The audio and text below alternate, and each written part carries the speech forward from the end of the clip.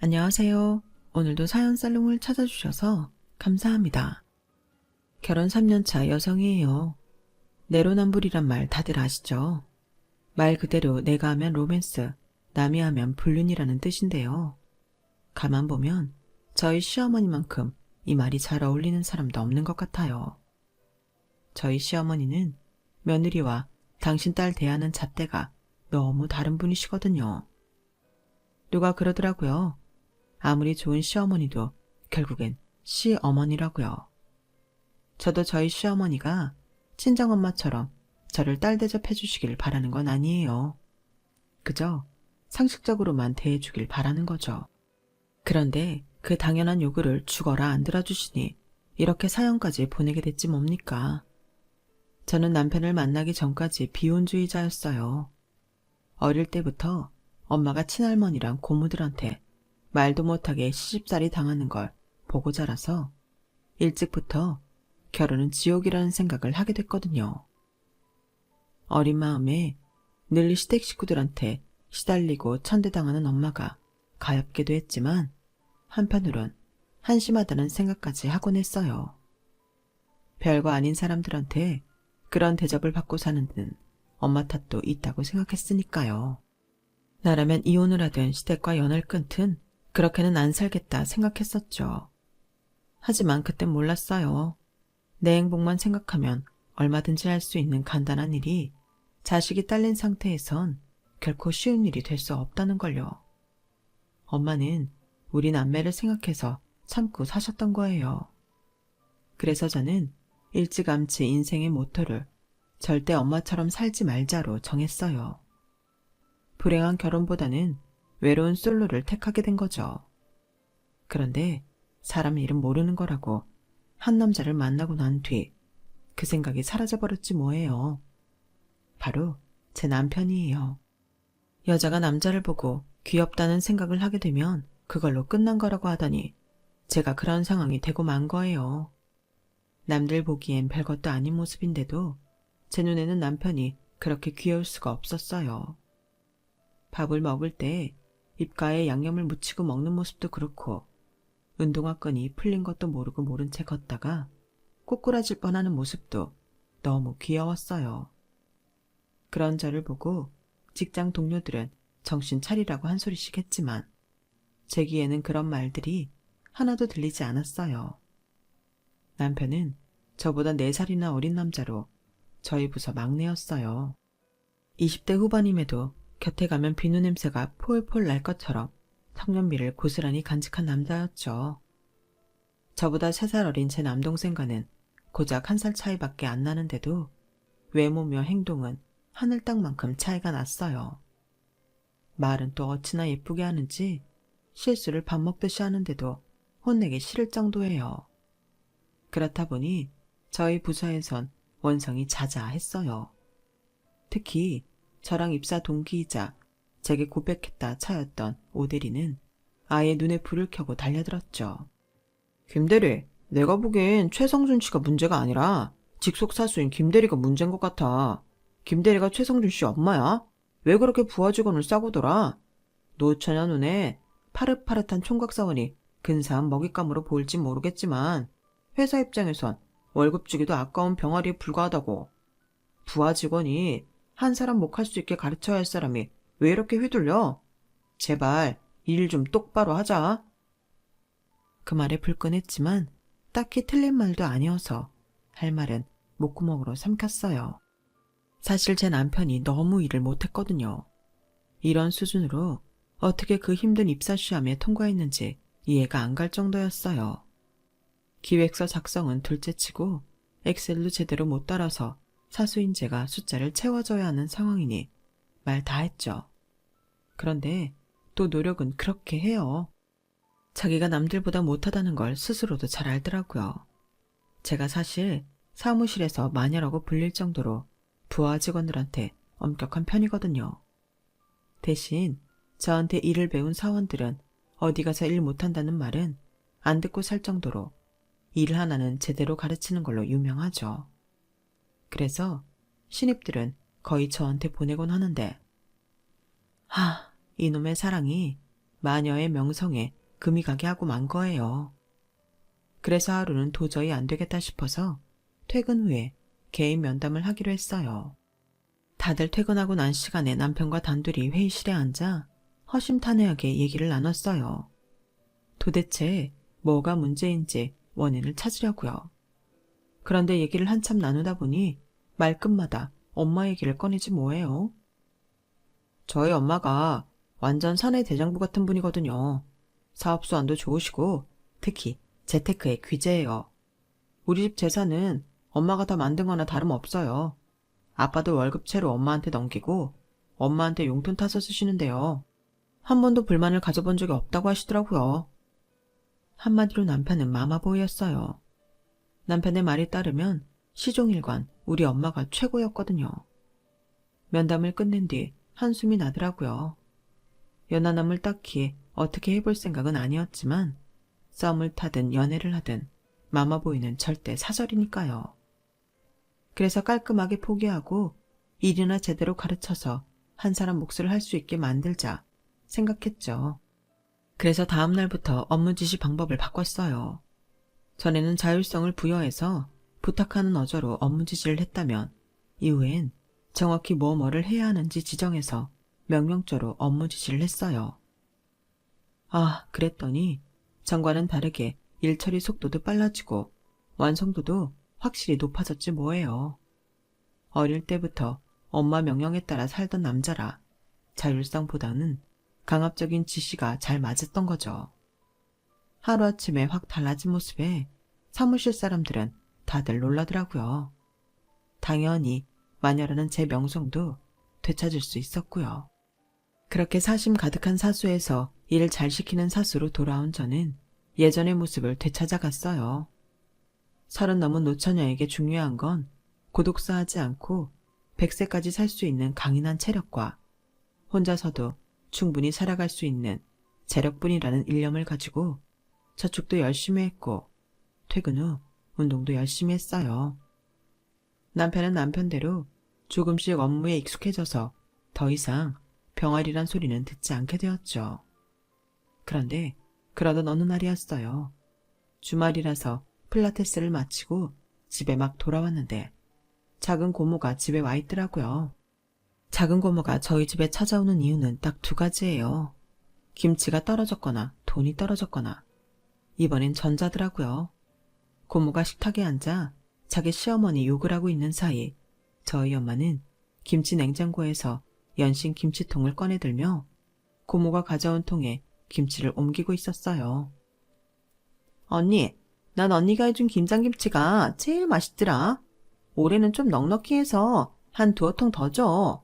매번 찔끔찔끔 주니까 가을도 되기 전에 다 먹고 또 얻으러 오게 되잖아. 안양에서 여기까지 김치 얻으러 오는 게 얼마나 힘든 줄 알아? 기름값은 또 어떻고. 아참, 주는 김에 꼬들빼기 남았으면 그것도 한 통만 줘. 우리 신우가 며칠 전부터 꼬들빼기 타령을 하더라고. 그게 무슨 의미겠어? 나보고 담아달라는 거지. 하여간에 인간들이 염치라는 게 없어. 언니도 알지? 우리 시어머니 철 바뀔 때마다 전화해서 아들 집에 가고 싶어도 입고 갈 옷이 없어서 못 간다고 그러시는 거. 아니 그럼 평소엔 벗고 살았어? 왜 나한테 전화할 때마다 그런 소리를 하냐고. 자기들은 나한테 양말 한 짝 사주는 법이 없으면서 해달라는 건 끝도 없다니까. 그 말을 듣는데 어이가 없어서 웃음밖에 안 나더라고요. 결혼한 지 15년이 넘는 동안 100원짜리 동전 하나 안 내고 철마다 김장김치를 퍼가는 주제에 누가 누구 욕을 합니까? 그뿐인가요? 결혼할 때도 혼수비용 모자란다고 저희 엄마 개탄돈까지 빌려가 놓곤 아직도 갚을 생각을 안 하고 있어요. 염치가 없으면 눈치라도 있어야지. 그래놓곤 어디서 자기 시댁 식구들 욕을 합니까? 한참 떠들던 고모는 쓴웃음을 짓고 있는 저를 보더니 기분이 상했는지 대뜸 그러는 거예요. 경은이 넌 결혼 안 하니? 네가 인물이 딸리니 학벌이 딸리니? 왜 그렇게 시집을 못 가는 거야? 알겠다. 너 남자들 앞에서 성질 부리고 그러지? 네가 우리 오빠를 닮아서 인물은 반반한데 성격은 외탁해서 그런가? 영 그렇잖아. 성질 좀 죽이고 살아. 안 그럼 너 노천으로 늙어 죽는다? 웃기고 자빠졌네. 거지 같은 자기 성격은 생각 않고 어디서 내 성격 탓이래요. 그래서 웃는 얼굴로 한 방 먹여줬어요. 고모, 나 어릴 때부터 고모 닮았다는 말 들었던 거 몰라?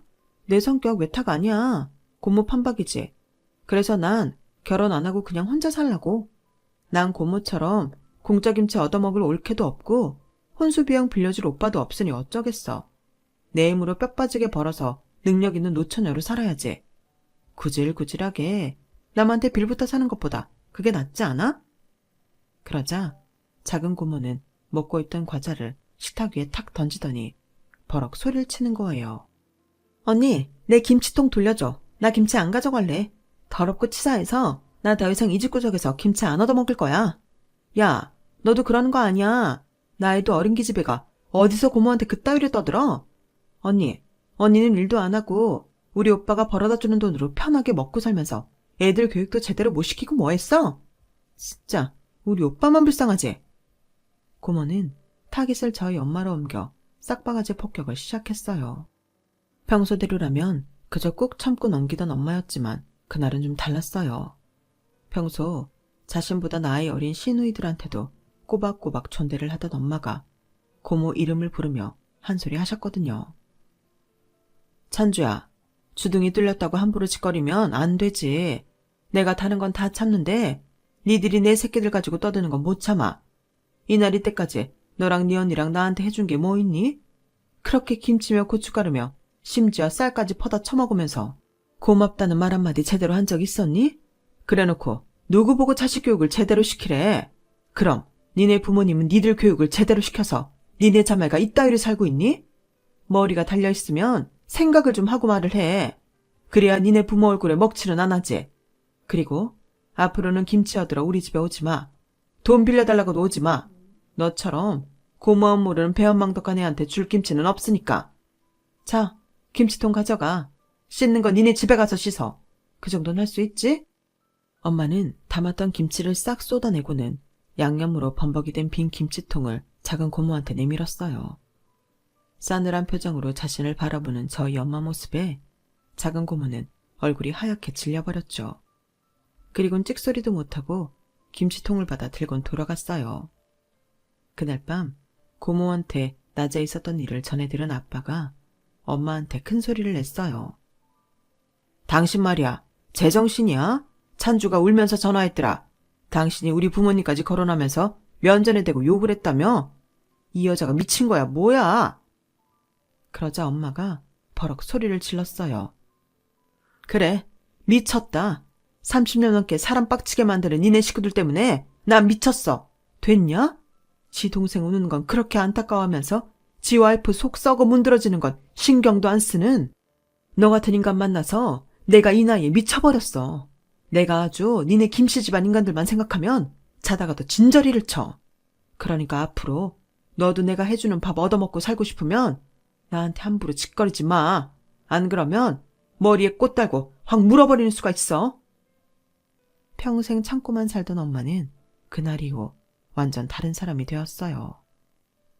남편 옷은 비싸도 브랜드 제품으로 사입히면서 당신은 싸구려 시장 옷을 사입던 엄마가 수십만 원짜리 옷과 신발을 턱턱 사서 쓰게 되었거든요. 남편과 시댁 식구들한테 질질 끌려 살던 당신 인생이 너무 아깝고 가엾다면서 이제는 당신 인생을 살겠다고 선언하셨어요. 언제까지고 순종적일 줄만 알았던 아내가 한순간에 헐크처럼 변해버리자 오히려 아빠는 순한 양이 되고 말았어요. 정년도 얼마 남지 않은 상황에 황혼 이혼까지 당할까봐 지레 겁을 먹고 꼬랑지를 내린 거였죠. 엄마 변화에 가장 놀란 사람은 바로 저였어요. 아니, 놀랐다기보다는 제 안에 울림이 생긴 거였죠. 이래서 남자는 여자하기 나름이라고 하나보다 이런 생각을 하게 됐거든요. 평소 가부장적이고 자기 부모 형제밖에 모르던 아빠가 엄마한테 버림받을까봐 전전긍긍하면서 생전 사오지 않던 장미 꽃다발까지 사다 안기는 걸 보니 어쩌면 나도 마마보이를 변화시킬 수 있지 않을까 하는 생각을 하게 된 거죠. 그래서 지레 포기했던 남편한테 제대로 대시해 봐야겠다는 생각했어요. 그런데 제가 말도 꺼내기 전에 남편이 먼저 치고 들어오더라고요. 그날은 저희 팀이 큰 프로젝트를 성공리에 맞춰서 회식을 하게 된 날이었어요. 평소 주량이 센 편이었던 저였지만 한동안 지속된 야근 탓에 그날따라 술이 안 받더라고요. 그런데도 평소 제 주량만 생각하고 부장님, 과장님 할 거 없이 다들 저한테 술을 주시는 거예요. 그런데 그때 남편이 벌떡 일어나더니 제 흑기사를 하겠다며 그 술을 다 받아먹지 뭐예요. 당연히 저희 팀 사람들이 다들 황당한 표정을 지었죠. 왠지 아세요? 제 남편은 맥주 500cc 앞에서도 고사를 지낼 정도로 술에 약한 사람이거든요. 그런 사람이 저희 팀 최고 주당인 저를 대신해 술을 마시겠다고 하니 어이없는 게 당연하죠. 기왕 흑기사를 하기로 했으면 멋지게 마무리를 지었으면 좋았으련만 그날 회식이 끝날 무렵 남편은 거의 저승 문턱까지 갔다 와야 했어요. 그리고 결국 다음날 술병이 나서 회사에 결근을 하게 되었죠. 아니, 지 몸도 못 가는 사람이 무슨 흑기사를 한다고 그 난리를 피워. 이 친구 혹시 병가 쓰려고 일부러 수 쓴 거 아니야? 과장님도 참 최성주 씨가 그런 잔머리나 있겠어요. 그런데 혹시 두 사람 사이에 뭐 있는 거 아니에요? 그렇잖아요.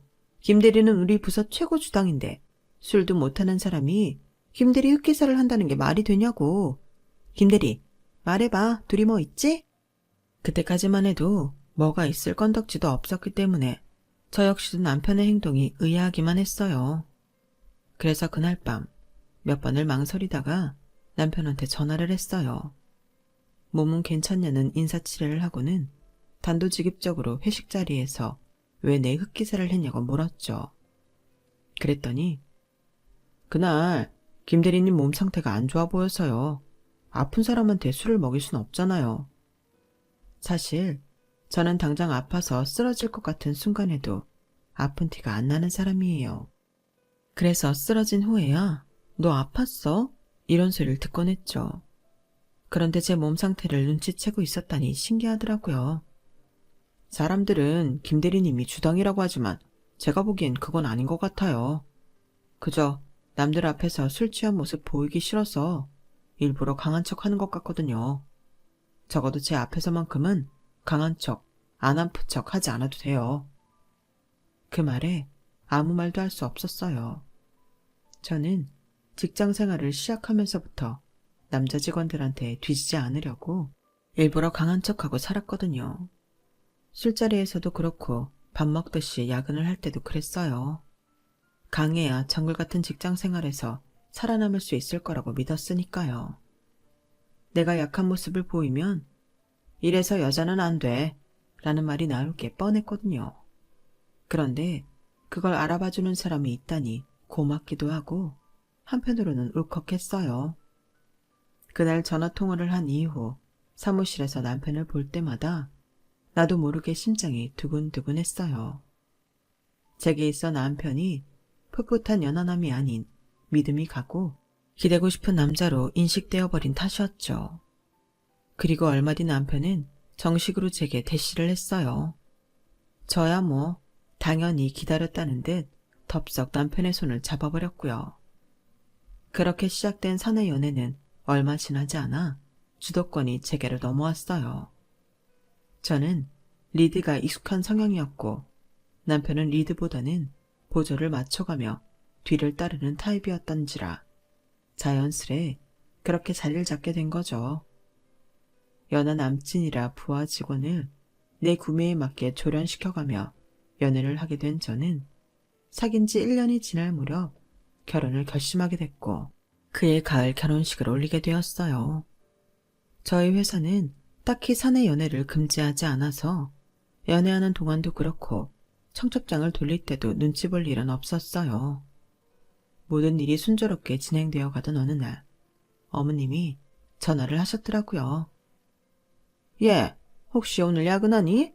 그런 거 아니면 성준이랑 집에 좀 들러라. 다름이 아니고 니들 전세 대신 자가로 집을 사줄까 해서 말이야. 자세한 건 와서 얘기하자. 요즘 같은 시대에 집을 사주시겠다는 시어머니 말씀은 마치 로또에 당첨됐다는 소리처럼 들렸어요. 그래서 들뜬 마음에 퇴근을 하자마자 남편 손을 잡고 잽싸게 시댁으로 달려갔죠. 그런데 너도 알다시피 내가 돈을 좀 잘 굴리잖니? 그래서 말이다. 결혼하면 니들 월급은 내가 관리할까 하는데 넌 어떻게 생각하니? 네? 저희 월급을요? 어머니, 그건 좀... 저희가 한두 살 먹은 애들도 아니고 30 넘은 성인들인데 월급을 어머니께 맡기시라는 건 좀 너무하신 것 같은데요. 그러자 시어머니가 콧방귀를 끼며 그러시는 거예요. 그래? 그럼 집 사주는 건 없던 걸로 하자. 너는 날 못 믿어서 월급도 못 맡긴다는데 난 뭘 믿고 니들한테 집까지 사주겠니? 다른 사람도 아니고 난 네 남편 될 사람 엄마인데 설마 엄마가 자식한테 해가 되는 일을 하겠니? 니들 월급이 탐나서 내가 쓰겠다는 것도 아니고 내가 가진 재주 부려서 니들 돈 불려주겠다는 건데 그게 그렇게 너무한 거니? 싫으면 말아라. 나도 돈 굽고 신경 안 써도 되니 좋지 뭐. 제 말이 서운하셨는지 어머님은 저랑 눈도 안 마주치시고 찬바람이 쌩쌩 불도록 냉랭해지셨어요. 그러자 똥 마려운 강아지처럼 전전긍긍하던 남편이 저를 자기 방으로 데려가 그러는 거예요. 김 대리님, 아니 자기야, 그냥 엄마가 하자는 대로 하면 안 돼? 자기도 알잖아. 우리 엄마가 재테크 잘하는 거. 게다가 집도 사주신다는데 그깟 월급 좀 못 맡겨? 우리 필요한 용돈이랑 생활비도 다 쓸 수 있는 거잖아.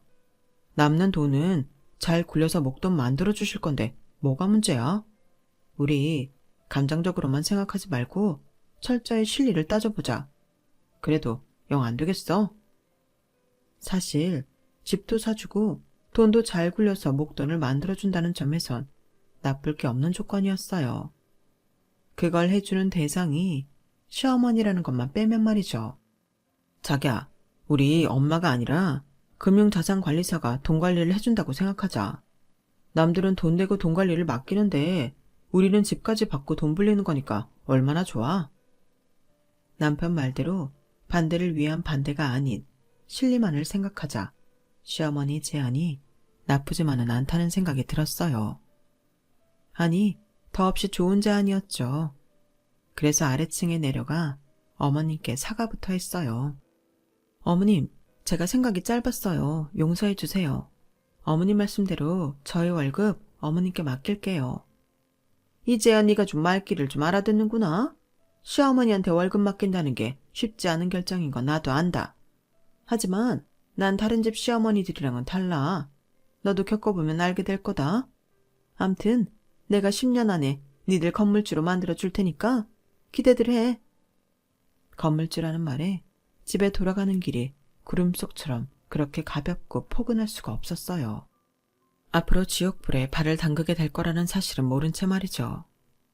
어머님이 사주신 25평 아파트는 신축은 아니었지만 전철역이랑도 가깝고 근처에 대형 마트도 들어와 있어서 살기엔 아주 좋은 곳이었어요. 단지 내에 유치원도 있어서 출산 후엔 어린이집 찾느라 발품을 팔 걱정도 없었죠. 하지만 결혼을 하고도 2년이 넘도록 임신 소식이 없어서 어린이집을 사용할 일은 없었어요. 지난 2년 동안 저희 부부는 생활비와 약간의 용돈을 제외하고는 모두 시어머니께 맡겼어요. 어버이날이나 생신처럼 저희가 선물이나 용돈을 드려야 하는 경우엔 월급과 별도로 나오는 수당과 보너스에서 충당을 했고요. 이제 겨우 30대 초중반인데 집이며 차, 비상금까지 두둑하게 가진 우리 부부는 세상 부러울 게 없을 정도였죠. 이런 상태로 10년만 버티면 어머님 말씀대로 건물도 하나 생길 것 같다는 생각에 야근을 해도 힘든 줄 몰랐어요. 자기야, 우리 정년 때까지 회사에 남을 생각 말고 건물 하나 사면 동반 퇴사하는 거 어때? 40대 초반쯤부터 파이어족으로 사는 거지. 하참, 자기야, 내가 전부터 궁금했던 건데 우리 재산세 같은 건 안 내? 이 아파트 자기 명의로 돼 있을 거 아니야. 집 있으면 세금도 내고 할 텐데 통지서가 안 오네? 혹시 자기 휴대폰으로 국세청에서 온 문자 없어? 글쎄, 그런 거 없던데. 에이, 세금 문제야. 엄마가 어련히 알아서 하시려고. 그런가? 근데 우리 어머님 대단하시긴 한가 보다. 난 나이만 먹었지. 아직까지 회사에서 자동으로 떼어가는 세금 말고는 아는 게 없거든. 그런데 그 연세에 세금이며 재테크에 대해 기가 막히게 아시니 말이야. 그때까지만 해도 그런 줄 알았어요. 남들은 집을 사면서 내야 될 세금도 늘었다고 앓는 소리를 하던데 우리 집엔 고지서 한 장 안 날아오는 게 이상하긴 했지만 그게 다 능력 있는 시어머니 덕분이다 생각했으니까요. 그런데 생각지도 못한 일이 벌어진 거예요. 은행에서 독촉장이 날아온 거였죠. 그런데 이상한 건 저나 제 남편 이름이 아닌 아버님 이름으로 왔다는 거예요. 여보, 이게 뭐야? 주택담보대출? 여기 찍힌 주소는 분명 우리 집이잖아. 아니, 어떻게 우리 동의 없이 아버님이 우리 집을 담보로 돈을 빌리셨다는 거야? 영문을 모르겠어서 남편한테 물었더니 남편이 벙찐 표정으로 눈알만 굴리고 있더라고요. 글쎄, 나야 잘 모르지. 일단 내가 엄마한테 전화해보고 얘기해줄게. 남편은 서둘러 자리를 피하려고 했어요. 저는 그런 남편을 막아서며 말했죠. 그럴 거 없어. 여기서 해.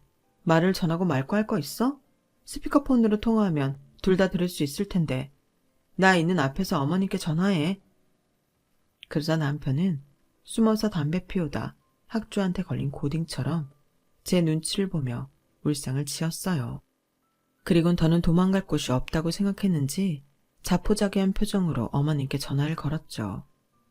제 남편한테 자초지종을 들은 시어머니는 별거 아니라는 듯 그러는 거예요. 아들, 엄마 못 믿어?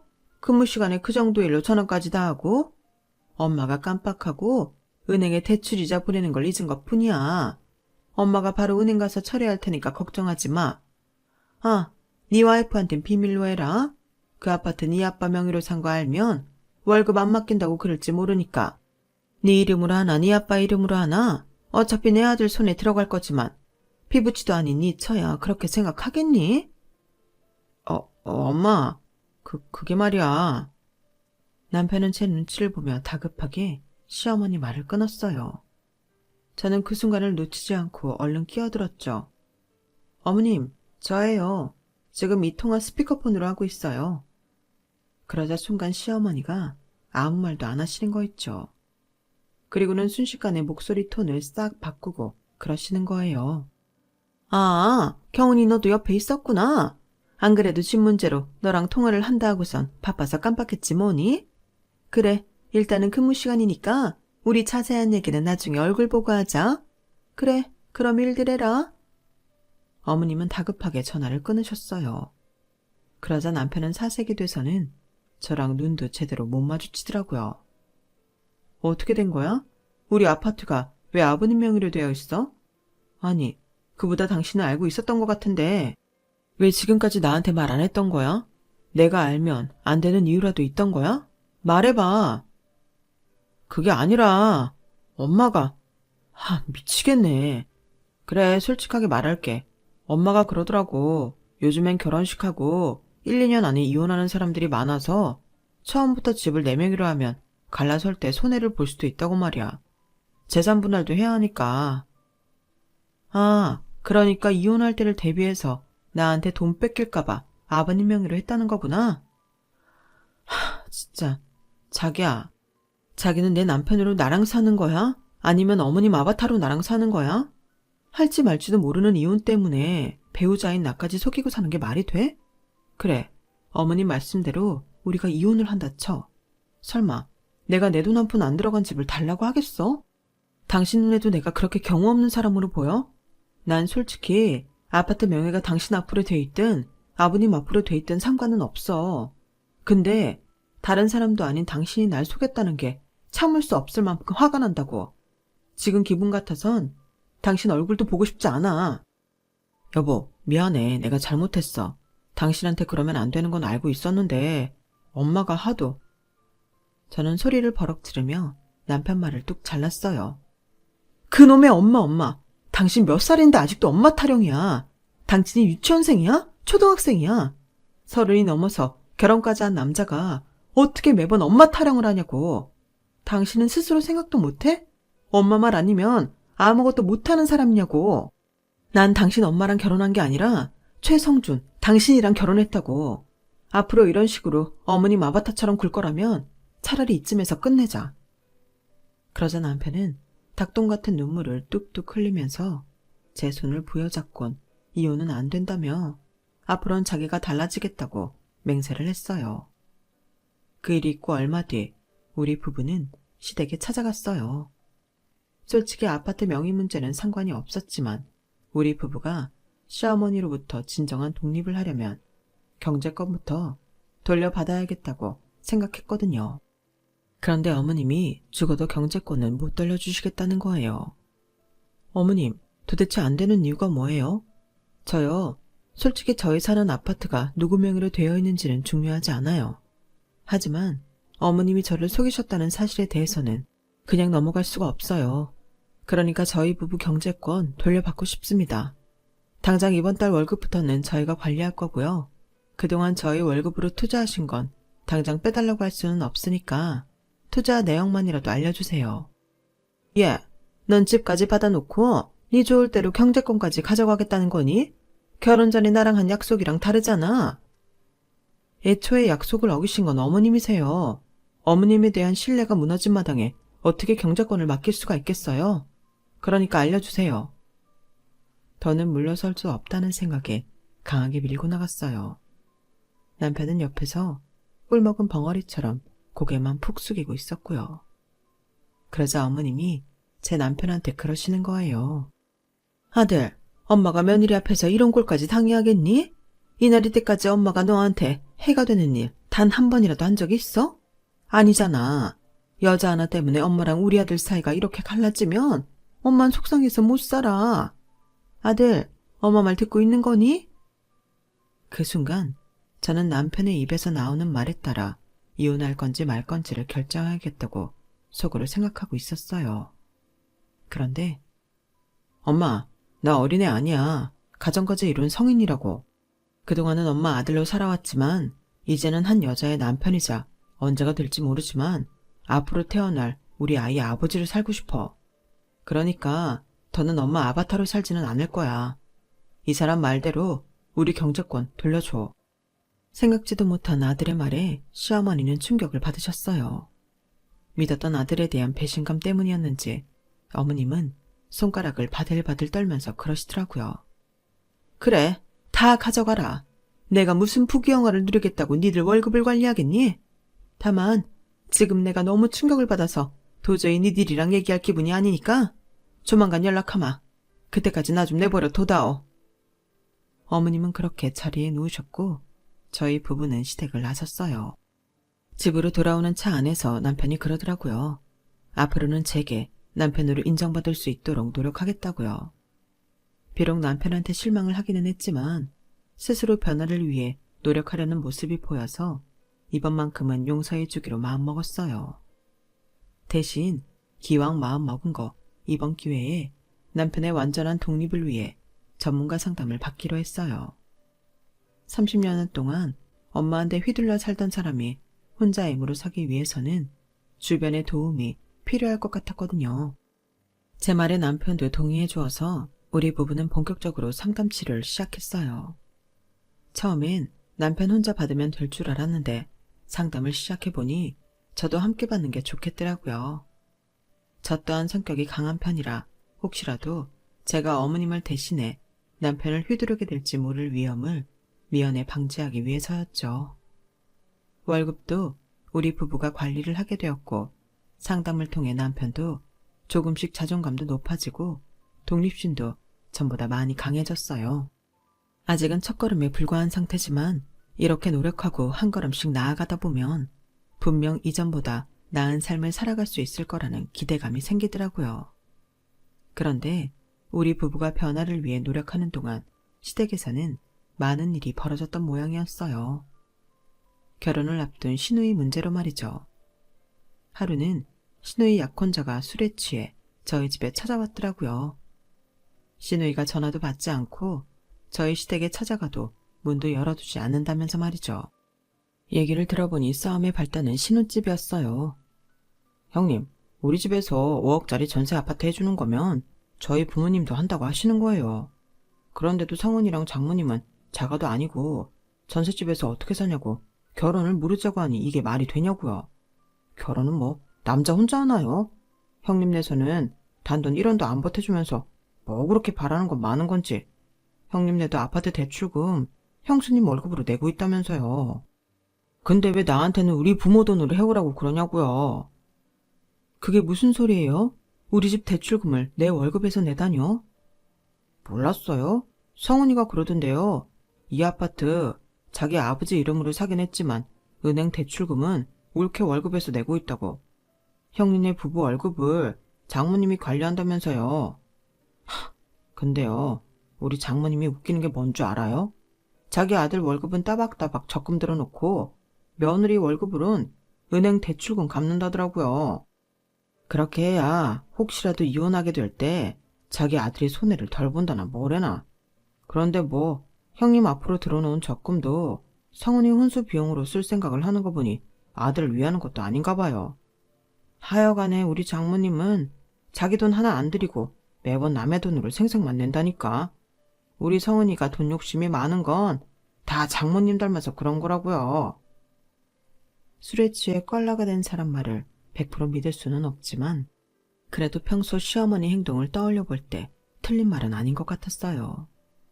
우리 부부 월급을 어떻게 굴려왔는지 내역을 알려달라고 말한 지가 한 달이 넘었는데도 처음엔 충격이 커서 시간을 달라더니 이후엔 딸 결혼 때문에 정신없으니 나중에 말하자고 차일피일 미루고 있는 상황이었거든요. 한마디로 말할 상황이 아니었던 게 아니라 우리 부부 돈을 다 써버려서 말을 할 수 없었던 거죠. 여우 같은 어머님한테 우리 부부는 재주 부리고 돈 벌어다 주는 곰일 뿐이었던 거예요. 그래서 곰이 화가 나면 얼마나 무서운지 이번 참에 제대로 보여드리기로 했어요. 다음 날 우리 부부는 퇴근길에 시댁으로 향했어요. 가보니 시어머니와 시누이가 주방에서 치맥을 하며 수다를 떨고 있더라고요. 뭐가 그리 신나는지 깔깔거리며 웃고 떠드는 통에 우리 부부가 번호키를 누르고 들어오는 것도 모르는 거 있죠. 엄마, 오빠네 돈 어떻게 할 거야? 올케 돈으로는 아파트 대출금 갚느라 다 썼고 오빠 월급은 내 결혼자금으로 쓸 거라며. 올케 성격에 그냥 넘어가진 않을 텐데 말이야. 아, 그러니까 윤서방이 자가로 아파트 하나 해오면 쉽게 풀릴 일인데 전세가 뭐야 전세가. 엄마, 설마 우리 신혼집 팔아서 오빠네 돈 해주려고 그런 거였어? 안 돼. 그건 절대 안 돼. 얘는 집을 왜 팔아? 막말로 신혼집 팔면 니네 시부모가 가만히 있겠니? 담보대출 받아서 일단 네 오빠네 돈 빼주고 나머지는 네 오빠 구슬려서 월급 가져오게 하려고 한 거지. 그러게 하필이면 나이도 많고 드센 여자를 골라서 네 고생을 시켜. 아, 누굴 닮아서 여자 보는 눈은 없는 건지 원. 엄마도 참 누굴 닮았겠어? 아빠 닮아 그런 거지. 아빠도 엄마처럼 드센 여자 만나서 평생 기도 못 하고 살잖아. 아, 근데 오빠네 아파트는 어떻게 산 거야? 아파트는 은행 대출도 얼마 안 되잖아. 그야 뭐 그동안 네 오빠 알바비랑 월급 모아둔 거랑 네 올케가 시집 올 때 예단비로 1억 5천 해왔잖니. 거기다 대출 끼고 산 거지 뭐. 이야, 그러니까 엄마 돈은 한 푼도 안 넣고 오빠네 부부한테 집 해줬다고 생색만 냈던 거야? 우리 엄마 능력자네. 나도 엄마한테 잘 배워둬야겠다. 나중에 자식 낳으면 엄마처럼 해먹어야지. 기가 막혀서 이건 무슨 사기꾼 작당 모의도 아니고 이게 정상적인 모녀가 할 때만가요? 이런 엄마 밑에서 살아온 제 남편이 불쌍한 지경이었어요. 그동안 자기 엄마 말이라면 철석같이 믿었던지라 남편의 배신감은 이루 말할 수 없을 정도였죠. 표정이 싸늘하게 굳어서는 주먹을 부르르 떨고 있더라고요. 그때였어요. 닭발을 버리려고 식탁에서 일어나던 시누이가 저희 부부를 보고는 귀신을 본 사람처럼 비명을 지른 거예요. 오빠, 어떻게 문소리도 안 내고 들어왔어? 아가씨, 우리가 문소리를 안 낸 게 아니라 두 사람이 재미난 얘기를 하느라 소리를 못 들은 거겠죠. 그렇게 재미난 얘기라면 저희도 좀 부르지 그러셨어요, 어머님. 안 그래도 우리 아파트는 어떻게 샀는지 궁금했는데 이런 비하인드 스토리가 있는지 몰랐네요. 뭐 차라리 잘 됐어요. 길게 대할 거 없이 우리 부부가 할 말만 하고 가면 되겠네요. 안 그래도 아파트 내주고 우리 힘으로 시작하려고 했는데 애초에 우리 돈으로 산 거라니까 그럴 필요는 없겠네요.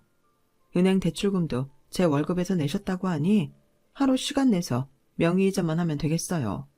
물론 세금 문제는 어머님이 감당하셔야겠지만요. 그리고 이 월급으로 들어놓은 적금은 당장 돌려주세요. 그러자 신우이가 난리를 치더라고요. 언니, 그건 안 되죠. 그 돈 주면 내 혼수비용은 어쩌라고요? 일단 오빠랑 언니도 우리 엄마 덕에 아파트 사서 덕본 건 사실이잖아요. 지난 2년 동안 아파트값 엄청 올라서 지금은 그 돈으로 절대 못 산다고요. 그러니까 오빠 적금은 포기하세요.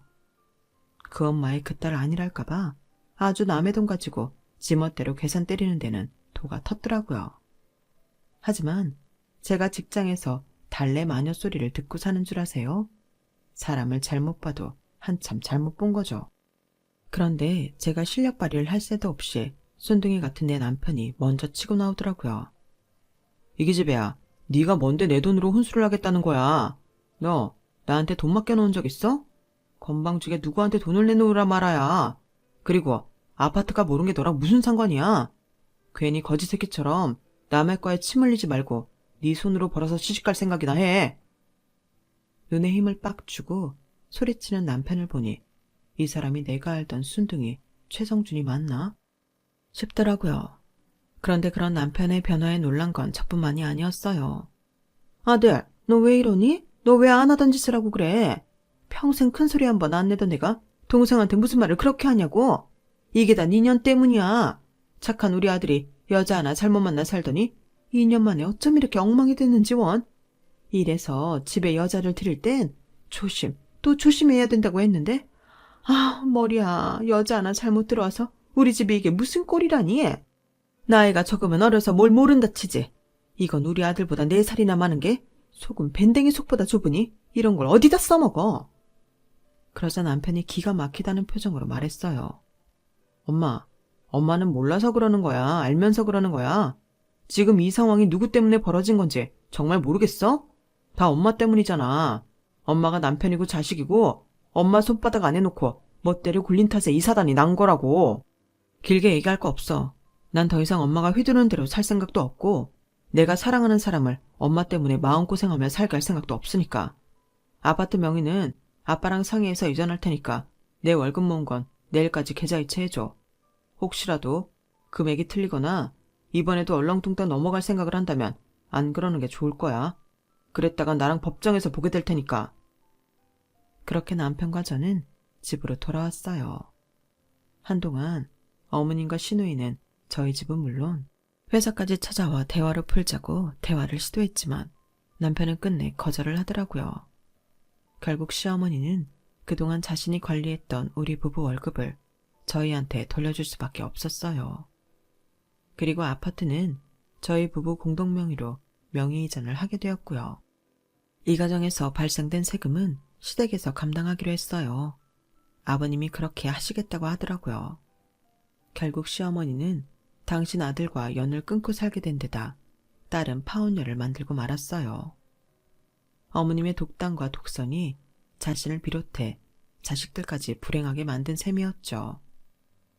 어머니의 아바타에서 온전한 한 인간으로 거듭나게 된 남편은 요즘 들어 고집도 세지고 전처럼 고분고분한 맛은 없어졌지만 그래도 제 눈에는 지금의 모습도 멋져 보이니 큰일입니다. 비혼주의자였던 저를 이렇게 변화시킨 남편과 함께 앞으로도 행복하게 살겠습니다. 제 사연을 들어주셔서 감사합니다. 여러분도 매일매일 행복하시길 바랍니다. 여러분, 사연 댓글에 응원과 현명한 조언 부탁드려요. 좋아요와 구독은 저에게 큰 힘이 됩니다. 오늘도 좋은 일 가득하세요.